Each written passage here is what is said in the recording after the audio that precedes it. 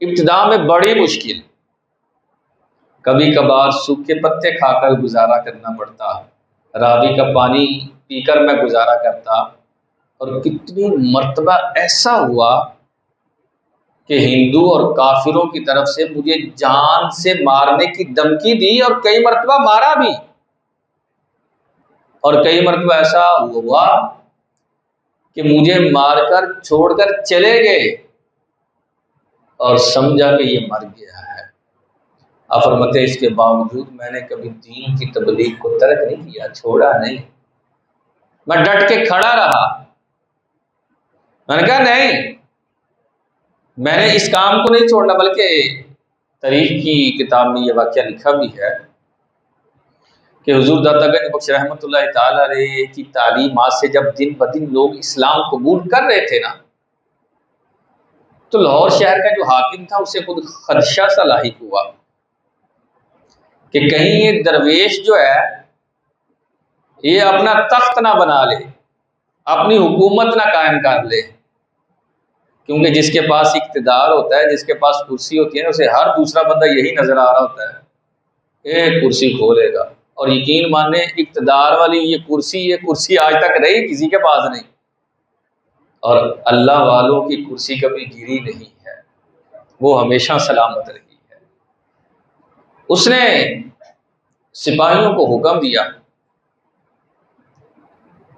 فرمایا جاؤ، جا کر اس درویش کو اس شہر سے نکال دو، نہ نکلے تو اس کے خیمے کو آگ لگا دینا۔ اللہ اکبر! کبھی فقیر عاجزی میں ہوتا ہے اور کبھی فقیر موج میں ہوتا ہے۔ جب عاجزی کے اندر ہو تو پھر مار کھا لیتے ہیں فقیر لوگ بھی، اور جب موج کے اندر ہو تو پھر کیا انداز ہوتا ہے۔ دیکھیے سپاہی آئے، رات کا پچھلا پہر ہے، اور بابا جی نے سر سجدے میں رکھا ہے اور گر گڑا کر مانگ کیا رہے ہیں، یا اللہ جن لوگوں کو میں نے اسلام کی دعوت دی ہے تو انہیں اسلام قبول کرنے کی توفیق عطا فرما دے، یا اللہ ان کا سینہ روشن کر دے، یا اللہ انہیں ایمان کی نعمت سے سرفراز فرما دے۔ دعا مانگتے جا رہے ہیں، اور سپاہی اندر داخل ہوئے اور بڑے بدتمیز انداز کے ساتھ کہنے لگے بابا سر اٹھا اور ساتھ سامان اٹھا اور یہاں سے چلا جا۔ میں کیا کمال کی بات ہے یار، کیا کہنا چاہتے ہو؟ کہنے لگے جی ہمیں ہمارے بادشاہ نے حکم دیا ہے کہ اس درویش کو یہاں سے نکال دو۔ تو آپ مسکرائے، مسکرا کر فرمانے لگے اچھا تمہیں تمہارے بادشاہ نے حکم دیا ہے، تو مجھے میرے مالک نے حکم دیا ہے کہ یہاں رہ کر دین کی خدمت کرنی ہے۔ تم اپنے بادشاہ کی مانو، میں نے اپنے مالک کی ماننی ہے۔ کہا بابا نہیں مانتا تو آگ لگا دیں گے۔ آپ نے ارشاد فرمایا تم نے مجھے لاواری سمجھ رکھا ہے، میرا کوئی نہیں ہے، اور میں جس کے لیے یہاں آیا ہوں نا وہی میرا حامی و ناصر بھی ہے، آگ لگا کر تو دکھا۔ سپاہی نے بڑا زور لگایا خیمے کو آگ لگانے کی، آگ نہ لگی تو فرمایا میں ایسے ہی لاوارث نہیں ہوں، میرا مالک بھی ہے، میرا رب ہے، میں اس کے دین کی خدمت کے لیے یہاں آیا ہوں۔ سپاہیوں نے جا کر بادشاہ کو بتایا، بادشاہ کہنے لگا، چونکہ بادشاہ تھا کافر، اور اللہ والوں کی عقیدت اور محبت کافروں کے دلوں میں کہاں ہوتی ہے، اور وہ اللہ والوں کی شانوں کو کہاں سمجھ سکتے ہیں جن کے دل میں ایمان ہی نہیں ہے۔ بادشاہ کہنے لگا ایسے ہی ڈرامے کرتے ہو، آگ لگاؤ اور آگ نہ لگے، ایسے کیسے ہو سکتا ہے؟ میں جاتا نا، میں دیکھتا ہوں کیسا بابا، میں خود آگ لگاؤں گا۔ ابھی یہ کہا نا میں خود آگ لگاؤں گا، تو اس کے محل میں شور برپا ہو گیا، بادشاہ سلامت آگ لگ گئی، آگ لگ گئی، آگ لگ گئی۔ بادشاہ کا کیا کہہ رہے ہو؟ کہا جی محل میں آگ لگ گئی۔ بڑی بجھانے کی کوشش کی لیکن آگ بجھے ہی نہ۔ بادشاہ سمجھ گیا یہ کوئی عام نہیں، یہ اللہ کا کوئی خاص بندہ ہے جس کی اللہ کے ساتھ ڈائریکٹ بات چلتی ہے، اس کی گفتگو اللہ کے ساتھ ہے، اس کی یاری ہے۔ حاضر خدمت ہوا تو دیکھا سر سجدے میں ہے، یا اللہ دے دے نا اسلام، یا اللہ کھول دینا اس کا سینہ، یا اللہ تیرا بندہ ہے، اگر اس حالت میں مر گیا تو یہ کفر میں جلے، آگ میں جلتا رہے گا، یا اللہ کھول دے اس کا سینہ۔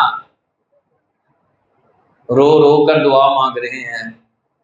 اللہ اکبر، بادشاہ کہنے لگا ایسا محسوس ہو رہا تھا بابا سر سجدے میں رکھ کر رو رہا ہے اور کفر یہاں سے دلتا جا رہا ہے۔ کہتے تھوڑی دیر گزری، بابا جی رو رہے ہیں۔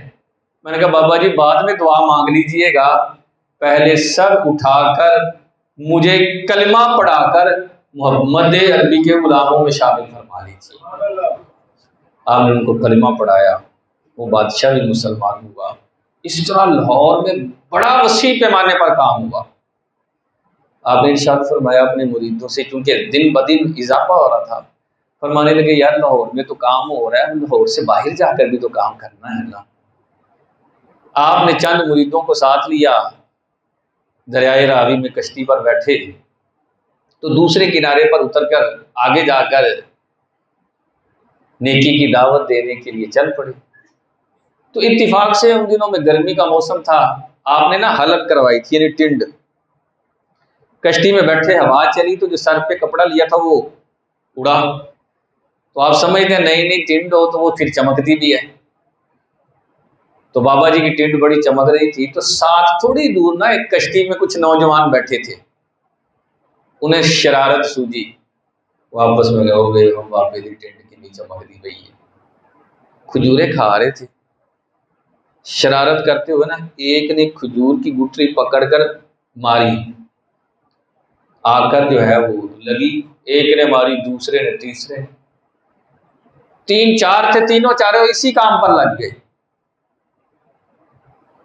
آپ نے کچھ جواب نہیں دیا۔ جو سامنے مرید تھے، مرید تو پھر مرید ہوتا ہے، ایسے نہ ہاتھ باندھ کر کہنے لگا حضور ایک گزارش ہے، کبھی کچھ نہیں مانگا میں نے آپ سے، آپ میرے پیر صاحب ہیں، میں نے کبھی کچھ نہیں مانگا، حضور ان کے خلاف بد دعا کر دیں، یہ بڑے گستاخ ہیں۔ آپ نے فرمایا اچھا یار چل ہاتھ اٹھا۔ مرید نے ہاتھ اٹھائے اور ادھر پیر حضور داتا گنج بخش رحمۃ اللہ تعالی علیہ نے ہاتھ اٹھائے، یا اللہ جیسے یہ دنیا میں نوجوان مسکرا رہے ہیں ایسے ہی انہیں آخرت میں بھی مسکراتا رکھنا، یا اللہ ان کو ایمان کی دولت عطا فرما دے، یا اللہ ان کی زندگی بہتر فرما دے۔ دعا ختم ہوئی، بابا حضور پیر صاحب میں نے کچھ کہا آپ نے کچھ مانگا، میں نے بد دعا کا کہا تھا آپ نے دعا مانگی۔ آپ مسکرائے، فرمایا تیری بات بھی ٹھیک تھی، میں اپنے نانے کی سنت پر عمل کر رہا تھا، مجھے حضور کی تعلیم ہی یہی ہے کہ کوئی پتھر مارے تو اسے بد دعائیں نہیں، اس کے لیے ہاتھ اٹھا کر دعا مانگنی ہے۔